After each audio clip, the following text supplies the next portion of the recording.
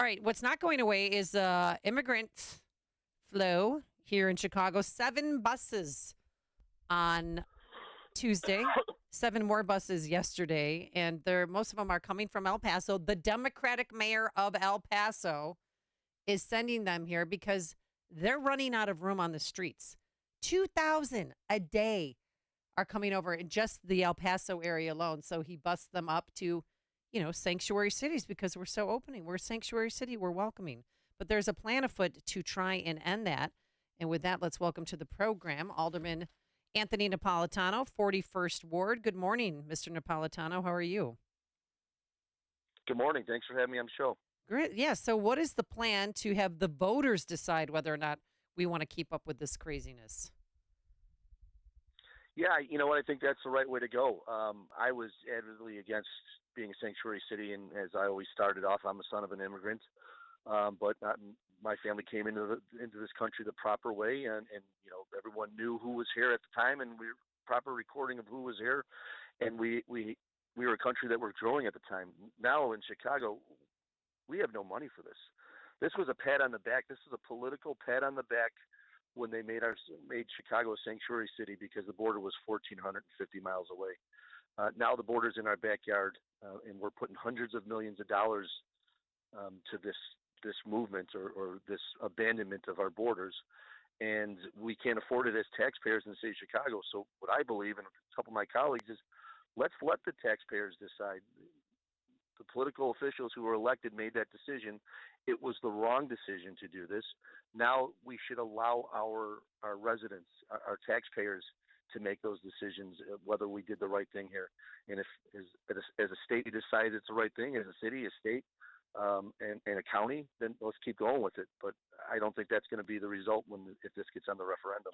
All right, so let me ask you this. I had been told that Mayor Johnson had asked each alderman to find a space where you could put 1 or possibly 2 tents up to house the migrants. Is that true? And have you identified 2 spaces in your ward? I've been told that was coming and that was going to be the ask. No one has talked to our office or asked us. I have nowhere to put them. I don't want to put them in my parks. My parks are heavily utilized in the 41st Ward.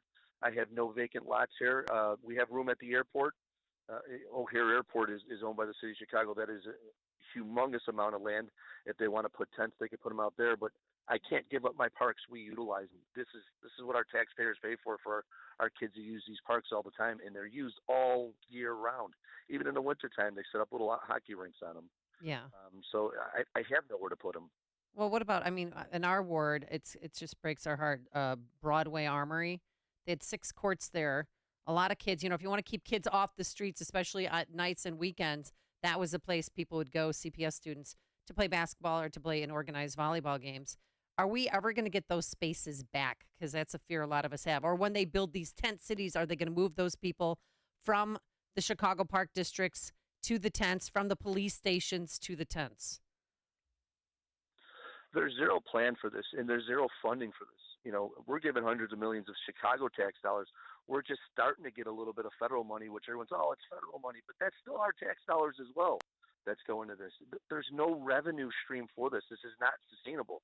And here's the best thing about it. There's going to be people that try to block this referendum because downstate doesn't want to see this happen as well. They don't want to see this get on a ballot to vote for it.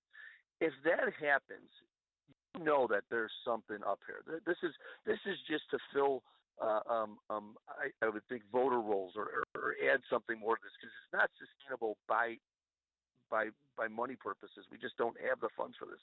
If someone tries to block this and give voters the possibility to say how they feel about this, this is completely wrong. There's something up. Every one of those people that are against us, that votes us down, you should vote them out come next election. The biggest problem with it is we can't wait as aldermen. They got 3 more years until they could be voted out for this nonsense. This has to be done right now. You have state officials that you should be calling saying we need a referendum. We need to be heard. Alderman, it's Mike Scott in the newsroom. Thanks for joining us. It's been about 38 years, if my math is right, that when Mayor Harold Washington at that point declared Chicago a sanctuary city. Your fellow Alderman Anthony Beale was quoted as saying, if you were to give his ward $40 to $50 million a year, he could literally transform that ward. Are you in agreement with Anthony Beale that, one, you would like to see that kind of investment in your ward, two, that if you don't get that kind of investment but are forced to put in these 10 cities, that it will automatically, if you cannot get 26 members of the council to agree with you to move forward on this, it's an automatic tax raiser on the citizens of the city of Chicago? It is an automatic tax raiser. It's already happening. We're already spending that reserve money that could have went to different things throughout our city, and so to get that money back, they're looking at taxing schemes right now going in this next budget to pay for this. Alderman Beale's great. He put this thing together. Concept-wise, if you gave him $40 million a year, that's a fictitious request. He's saying that, if you're going to give me $40 million a year, we could possibly do this. But where are we going to get $40 million a year per 50 wards to do something like this? There's reasons why New York is backing out of it right now, because it's not sustainable. And now they're looking at Chicago, said, okay, New York's backing out, start sending more buses to Chicago. This is not going to end. It's only going to get worse. Now, speaking of shelters, Mayor Johnson had tweeted out 2 days ago that we're working directly with Illinois Human Services to transition hundreds of unhoused, homeless, and asylum-seeking families from shelters into permanent housing. Are there any vacant buildings in your ward that could be eligible for this? Not that I know of. I mean, there's hundreds of city-owned vacant buildings around the city that they can use. But as far as moving into vacant buildings or commercial buildings, I really don't have them, and I just don't understand. To me, that says that's going to be their final destination then, because where is the final destination after that? I mean, we're months into this, and nobody has left. Nobody has been brought to any other final destination. I've got over 572 illegal immigrants at O'Hare Airport right now. I have another 300 and something at two separate hotel locations in our ward.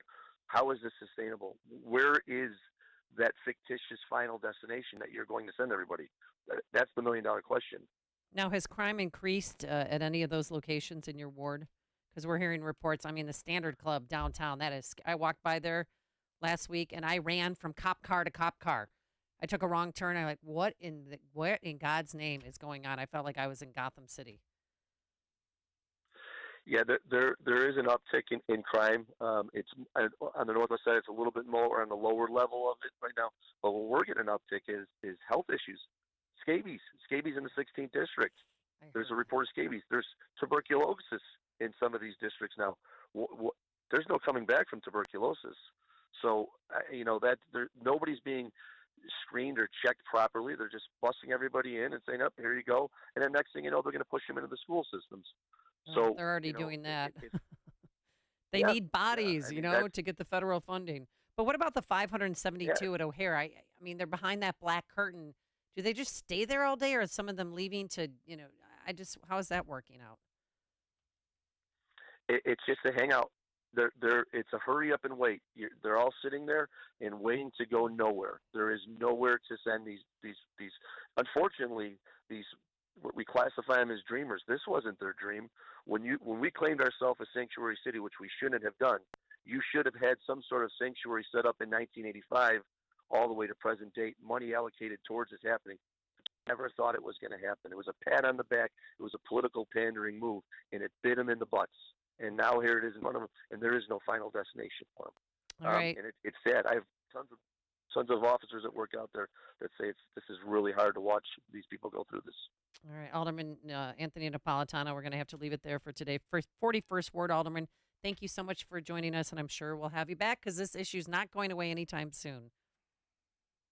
Thanks for having me. I appreciate it. Thank you, and he joined us on our turnkey.pro answer line. Hear about the big stories of the day, then talk about them right here on Chicago's Morning Answer on AM 560. The Answer. Hi, I'm Martha Stewart. Every year, more than 4 million pets enter shelters here in the United States. My friends at American Humane have been helping animals since 1877. The goal is to ensure that pets have a safe shelter, especially during natural disasters.